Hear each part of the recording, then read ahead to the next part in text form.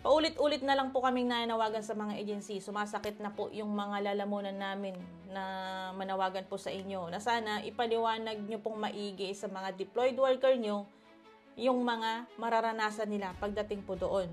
Yung mga deployed worker nyo po, ilang araw pa lang, hindi pa inabot ng isang buwan, nagrereklamo na po sila. Karamihan po sa kanila, ang nirereklamo nila, yung sakit nila. May sakit sila, bakit nyo sila winaiver? Alam po naman natin na pagdating po sa ibang bansa, iba po ang weather doon. Hindi katulad po ng Pilipinas. Bakit nyo po pinapalusot? Kung humihingi naman ng tulong si OFW para makauwi sa ating bansa, pinapagalitan ninyo.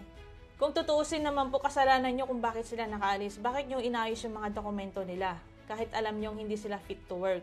Tapos hindi nyo pa pinapaliwanag na maayos kung anong klaseng trabaho ang madadatnan nila. Yung iba, nagtataka na lang may alaga silang 4 na bata, 3 bata. Tapos yung bahay na nilinisan nila hanggang 5 palapag.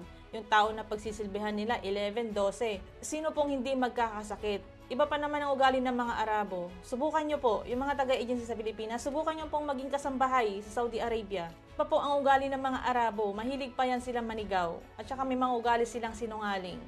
Kaya sana po, para mabawasan na yung pagpapadala ng mga domestic workers sa bansang Middle East, ipaliwanag nyo po sa kanila na maayos kung ano yung mararanasan nila pagdating doon. Tignan po natin kung pupunta pa mga yan or hindi. Hindi ko naman nila lahat ng mga employer is ganyan. Pero mas maraming hindi sumusunod sa karapatan ng isang domestic workers. Yung sahod nga nila, yung iba hindi tinaasan, pero yung iba nagsitaasan na. Yung vacation pay nila, end of service benefits, hindi nila yan nakukuha. Pero dapat kayong mga agency, tunutulungan nyo ang inyong mga deployed worker.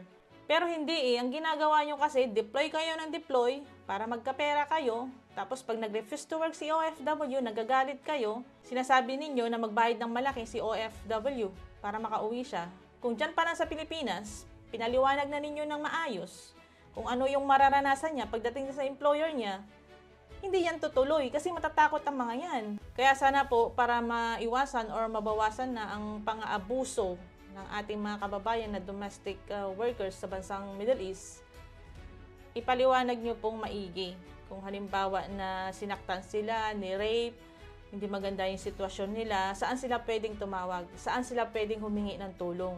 Kaso kung saan sila humingi ng tulong may nagpo-post pa nga sa social media, kahit nga polo kung saan sila tatrabaho, hindi nila alam yung number. Agency nila, hindi nila alam yung number. Paano po? Ano pong gagawin nila? Wala pa silang copy ng mga dokumento nila. Saan sila hingi talaga ng tulong? Kawawa naman yung iba, hindi talaga na-orient ng maigi.